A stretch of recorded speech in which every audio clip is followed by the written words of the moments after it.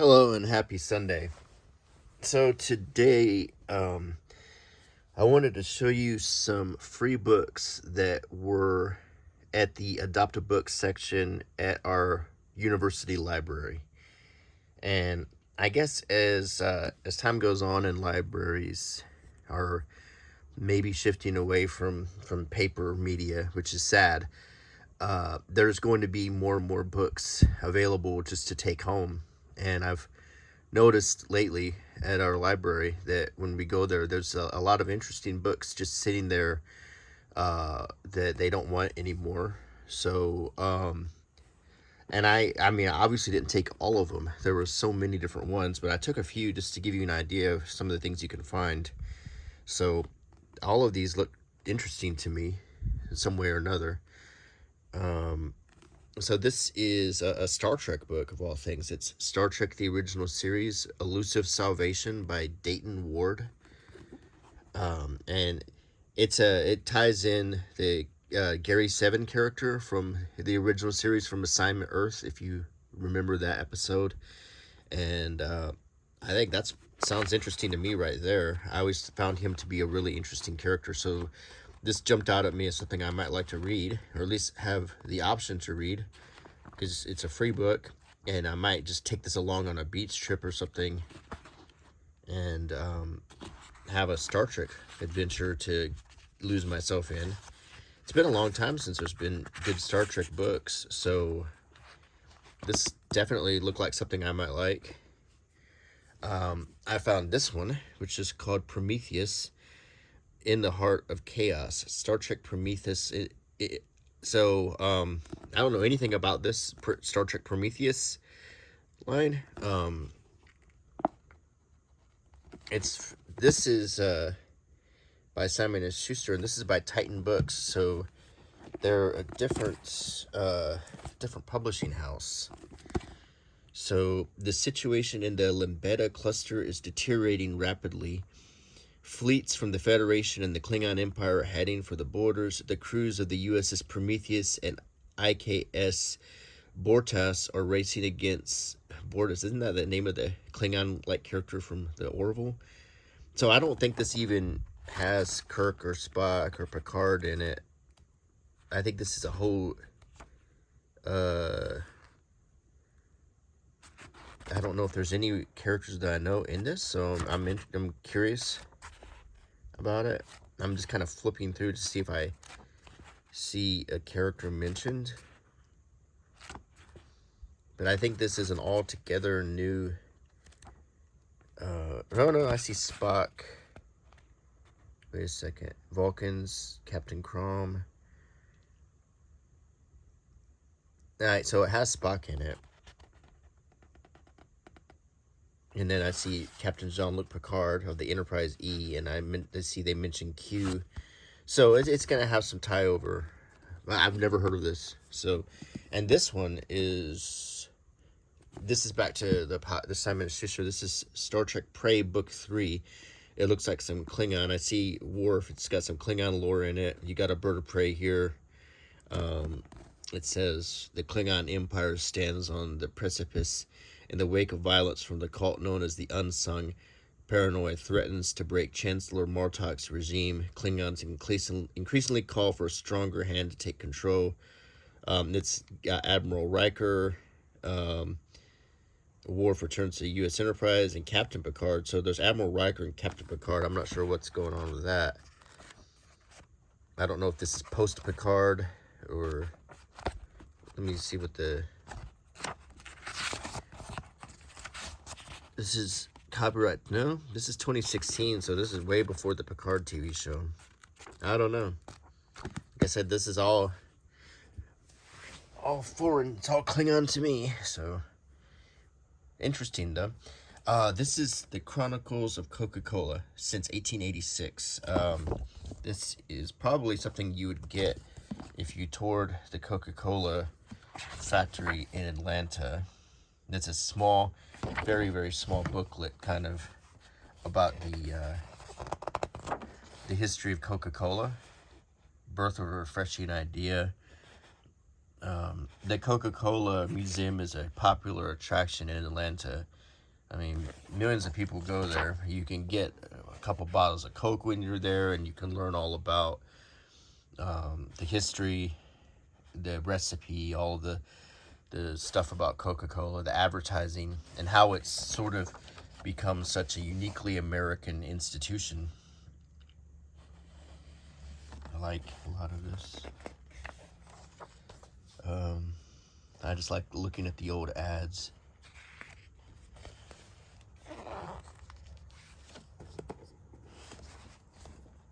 Like this Tom Sawyer kind of thing, and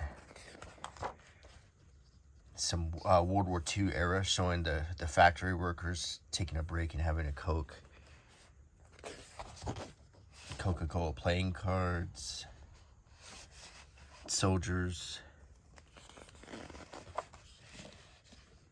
There's Edgar Bergen and Charlie McCarthy with Coca Cola. It was an old time radio show that was real popular. This is obviously, we've seen that one a lot.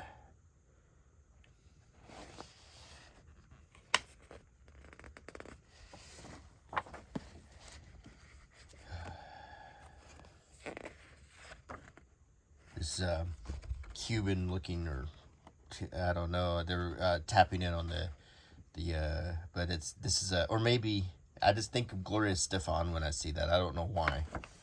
And I think that's Mean Joe Green, the football player.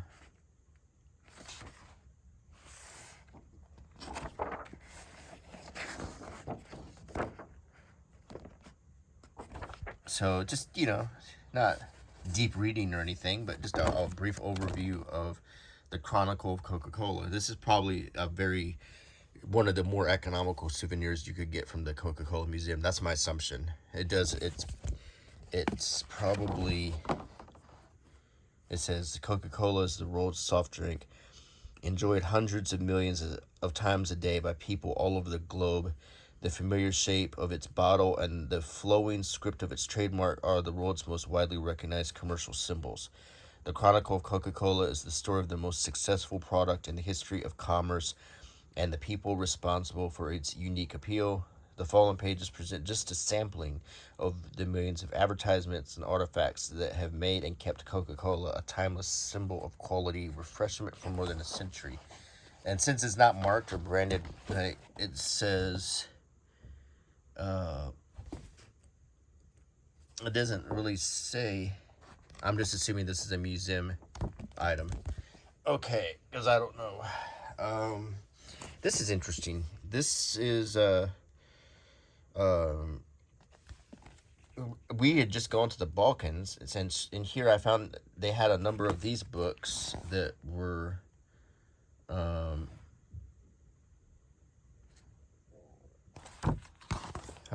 not. This appears to be, well, it's in the Cyrillic, so and it's about the Orthodox.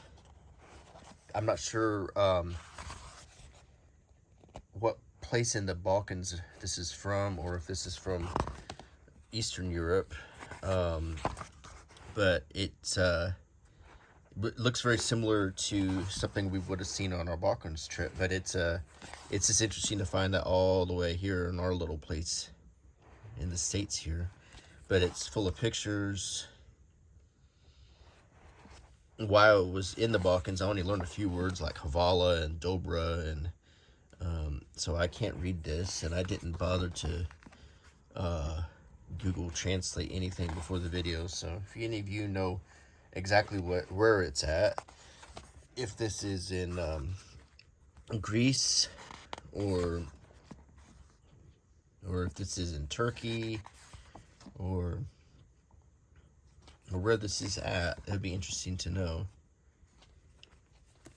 But it does, I see like St. Basil and some of the Orthodox imagery prominently in this book.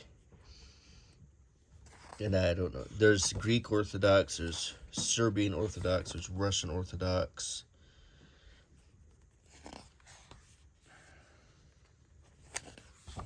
Be interesting to know exactly what this is, though.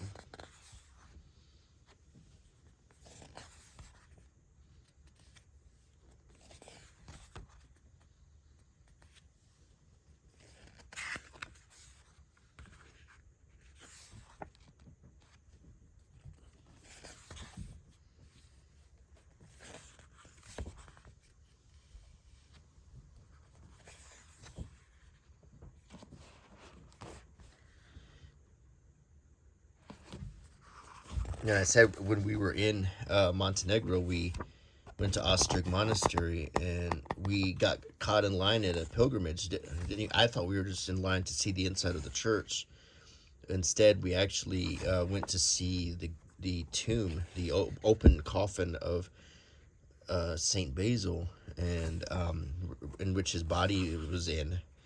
And then when we were there, we were blessed by a Serbian Orthodox priest or bishop, and it was an interesting experience. And but a very, very amazing experience, because I was completely unexpecting that. I didn't know it was Easter, and I should have known. But it was not the Orthodox Easter day. It was the day of Easter for Catholics. So I didn't know they were going to be doing an Orthodox day, because these are 2 different days. This is obviously a body here of a which is not unusual to find when you're over there. You can see the hands and everything, and that was somewhat like what we encountered when we were in Ostrog, except it was that his body was sort of covered over by lots of prayer cards and stuff. This was also at the library, and this is appears to be a prayer book, or this was purchased and brought to the library for 110. I can't tell what that denomination is. I don't know if that's crowns, or I'm sorry, if that's marks from Bosnia. I don't think so. Or that's Lex from Albania. Don't think it's euros, because 110 euros is a lot of money. So once again, 2008. Where would that be?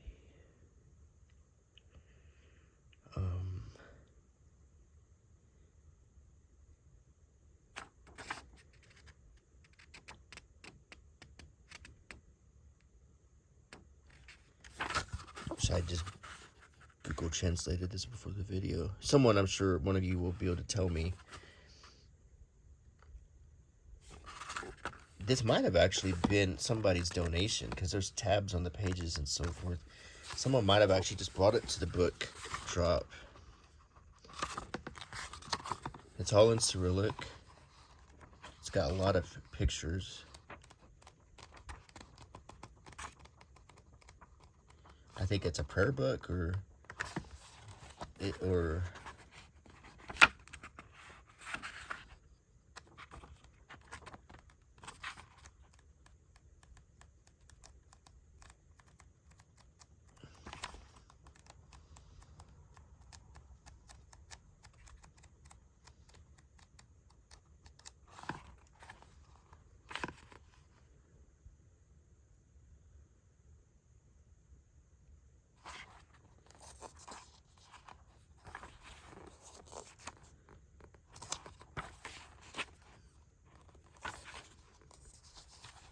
someone had just donated some of their Orthodox books.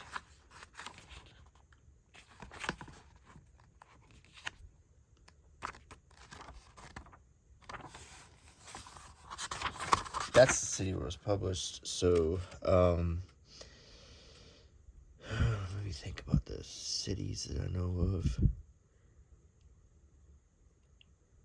It's not Montenegro, so it's not Sarajevo.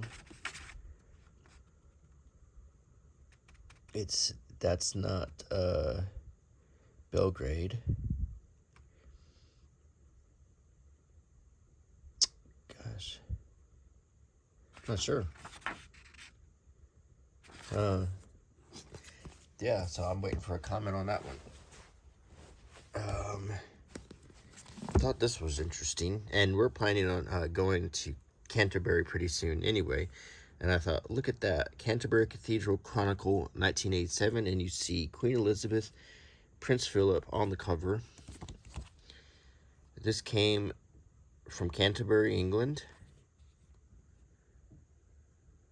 And this is just I guess a yearbook or something, or maybe something that you would pick up at the cathedral. Like sometimes when you go into a cathedral, they have like a little shelf in the front that has all kinds of free literature. It has a bit of obituaries here. I think this is the actual, just the book for the people who attend the cathedral. It's got pictures of them. So this is an interesting thing so when I get back from Canterbury with whatever I come back with, I can compare it to this, see how things have changed a little bit. It has some information about like the minutes of the cathedral.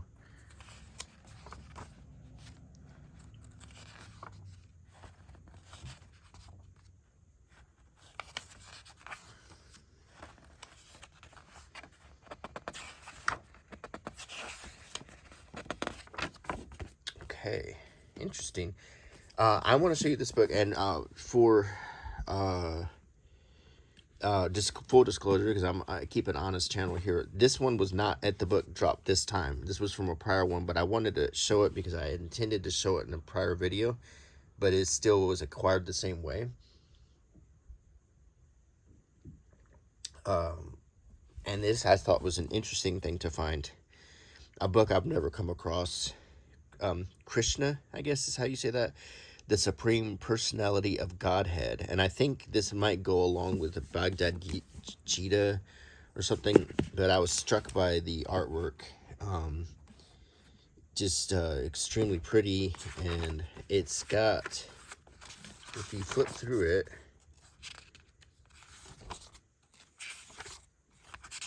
you'll find that it has a foreword by George Harrison, the Beatle.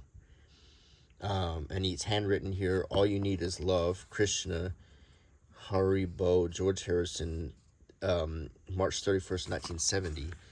So, and that's the Apple logo, which is the company that holds the Beatles catalog.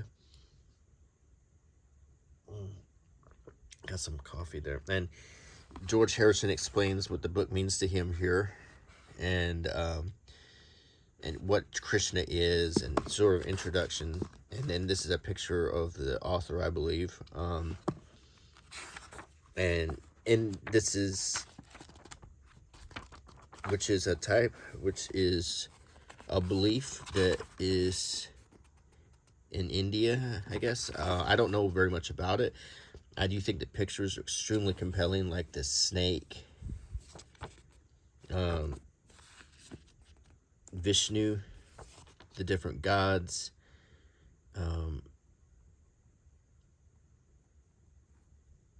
Kamsa. And some of these pictures are just kind of also just surreal if you look at them. The witch Putana.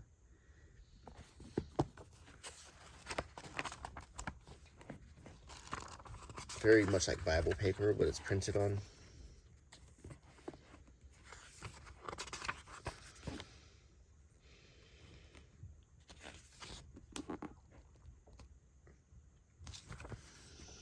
Very surreal artwork.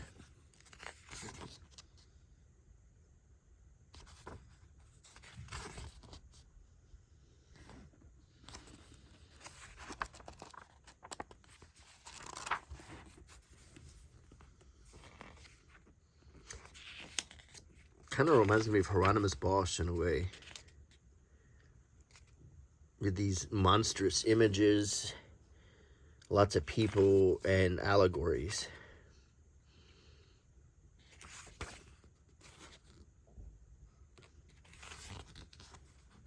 There's that snake again.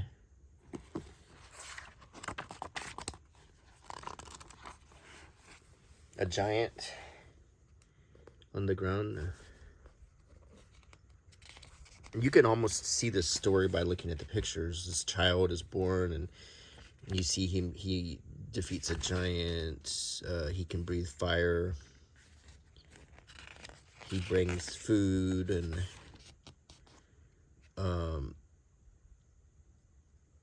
I don't know if this is some sort of, I don't know what's going on in this picture. That he is the elephant giving him a shower here, kind of. It's really interesting. I don't really understand it, but the artwork is truly interesting. And that's what drew me to it, and I wanted to take it home and just appreciate the pictures and put it in my, I have a sort of a collection of holy books that from different religions that I find very interesting to own.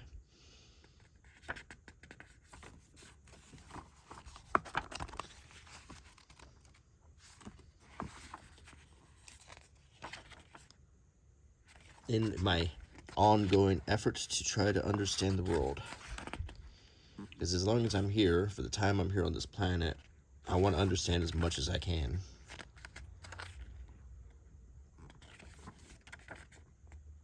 And there is a lot to unpack here. There's the snake again. So, like I said, it's a beautifully done book. Not fully aware of what it's about, but really interesting to have. Now, this book, Oh Man, Adam and His Chillin' by Roark Bradford. You probably think, well, that title alone, my goodness. But this book was actually, it's about 100 years old. This is a first edition. When this book came out in the 20s, it was extremely popular. It was, there was a craze in this time period for sort of this Uncle Remus kind of stuff. Apparently this was purchased out of print books many years ago. But this is in fact a first edition, and I read about it, and I found out that this was actually, at its time, extremely popular. But you can probably tell by the title that this is probably a book that is no longer, in the, it's the title alone is probably not going to make it widely, desired for the masses. But this is copyright 1928. And I found it interesting that once upon a time, this was such a popular book in the discourse. It was basically a Bible book with this sort of, this humor that they had back then. And I can also tell you by the pictures, this is pretty bawdy stuff for the it was the 20s.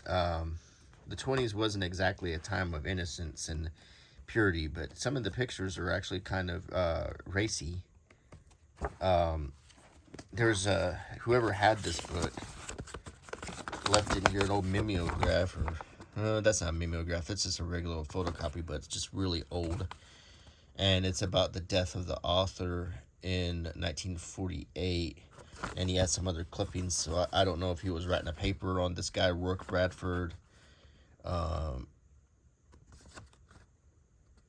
New Orleans. Roark Bradford, prominent Southern newspaperman and humorist, died at his home here.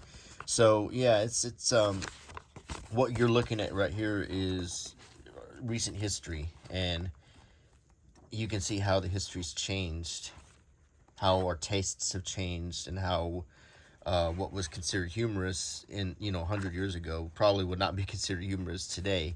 So I find it very interesting nonetheless. And this is a little piece of history. And I always say, for better or for worse, this is what history is, though. We should see it and not destroy it, but understand what was going on so we can understand where we're headed. I just feel like that's the way to handle history. On that same token, here's Carl Sandburg's Abraham Lincoln, The Prairie Years and the Warriors. This is volume 3 of his book on Abe Lincoln. And ending in 1865, you should know how this ends. It would be ending with the assassination of President Lincoln at Ford's Theater. The book is in incredibly good shape. This paperback was owned by Ralph Drawn, who was the person whom our library is named after. So it's interesting that they would just throw that away and not think that this was his private book. Copyright 1954. And it's in just brilliant shape. So, also, as this Civil War book, Fanny Kimball's Civil War. This is the story of an abolitionist, the story of America's most unlikely abolitionist. A fascinating book about a fascinating woman, star of the English and American stage, wife of one of the wealthiest slave owners in America, ardent abolitionist, prolific and vastly popular autobiographer. Fanny Kimball had a melodramatic and wildly unpredictable career, which Katherine Clinton has recreated in a story as enthralling as a great novel. And this is the kind of book that I like to read cover to cover about the lesser-known people during the Civil War time period. So this is about a woman who, in the South, was still trying to help free slaves. So an unsung hero. A lot of characters that we probably don't know a lot about, so it's interesting to read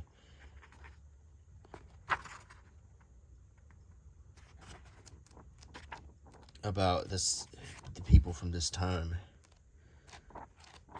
I'm going to go on a limb and guess this was published in the 90s. No, well, it's 2000. Might as well have been. I can tell just by the style of the book, though. The next one I want to show you is Natalie, a memoir by her sister Lana Wood. And that's Lana, her sister. I think she was a Bond girl at one point. Profusely illustrated with rare family photographs. And now, if you don't know who Natalie Wood is, she was an actress who was quite popular, starting with her memorable performance in Miracle on 34th Street in 1947, where she played the little girl, which is one of the most popular Christmas movies. And she went on to star in a lot of movies like Rebel Without a Cause, Splendor in the Grass. The last movie she made was called Brainstorm, and she died while that movie was being produced under some suspicious circumstances. And this is about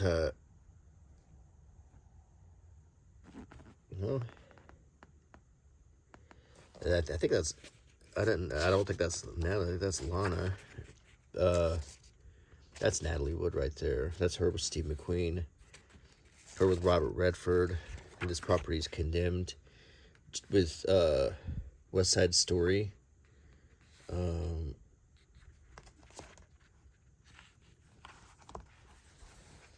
That's how she looked at Miracle on 34th Street, essentially. That was a really happy movie, and I always kind of try not to think about the fate of Natalie Wood when I watch it. Yeah, if you want to learn all about the circumstances, that's another video to find out. But she did die, presumably from drowning, when they were shooting Brainstorm. So with Christopher Walken there. I don't know what happened. I really don't. I think the only two people who know what happened, and they're not talking, and so I don't know. But I don't even want to go there, because I happen to like Christopher Walken and Robert Wagner, and I hope that nothing bad happened. Let's put it like that. And I like Natalie Wood a lot. So, but this is something I probably will read, though, because I want to hear what her sister has to say. The book is not in the best condition. It's stained. Looks like coffee or something spilled on it. But it's still, I've never seen it, so I'm obviously interested in reading about it. The last book I'll show you is an old life book. And this is an old one from 1965. And you know how I am. If you watch my channel, I love my Time Life books. But this is the unforgettable Winston Churchill. And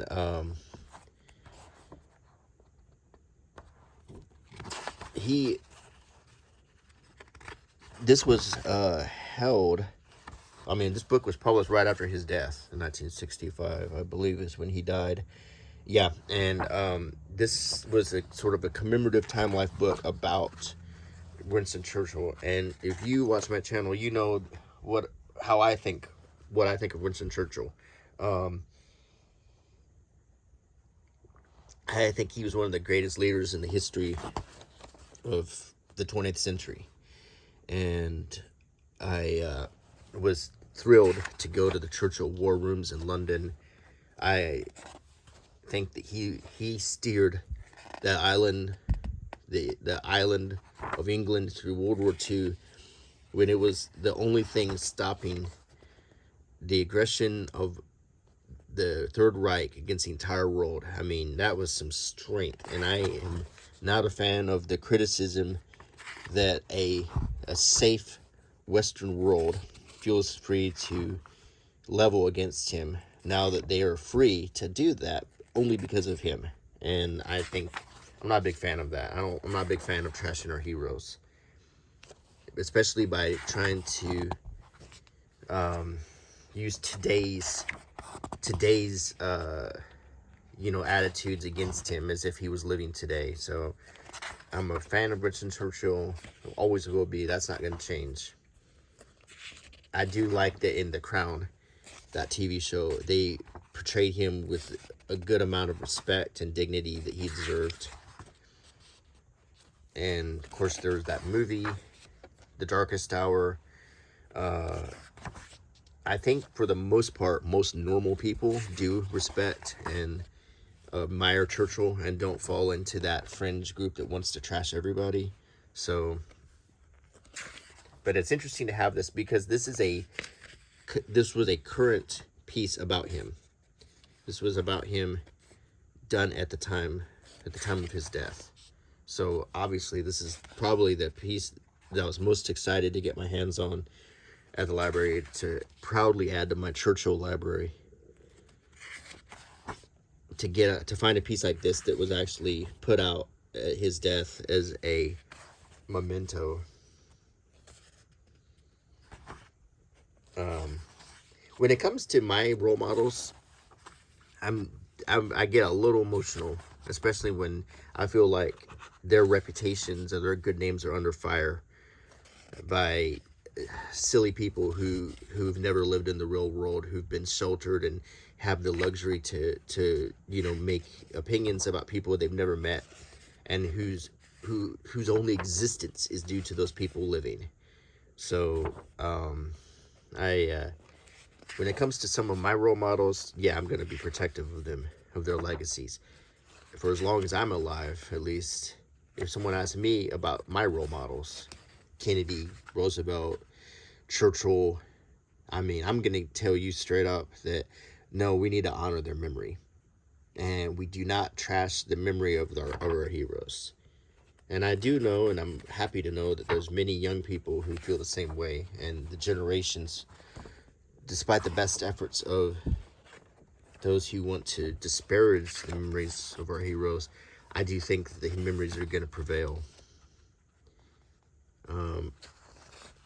But yeah, Churchill, Roosevelt, the great leaders who got us through the war. You can talk bad about Queen Elizabeth, but I think that she was a wonderful monarch. You can talk bad about Teddy Roosevelt, George Washington, Abe Lincoln, but to me, they were humans. They were complicated people. So yeah, it's and they close with just a little blurb about him on the 1964 edition of Who's Who, just to show that even the last year of his life, he was still an important person in the world. So that's a nice little haul of books that I got for free at the library.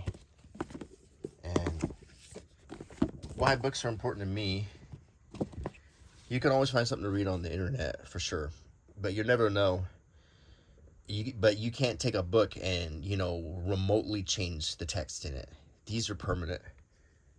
This is also history that hasn't been run through the mill of cultural stuff. I mean, we should read and cherish the fact that we have these books here, because they may not last much longer. Newspapers are going away, lots of things are going away. So if you have books, hold on to them, read them, take care of them, and this is our history. This is the history of the human race, and we need to remember that we we can easily lose that. So enjoy your books, enjoy your reading, take your time to read. It's like meditation. And I hope you enjoy my channel. Thank you so much for staying with me this long, if you're still there. And if you haven't subscribed, I ask that you would, and click the bell icon. Give me a thumbs up and leave a comment. And I do get around to answering the comments. Sometimes I'm a little slow about it, but I work full time, and but I do get around to it. So until next time.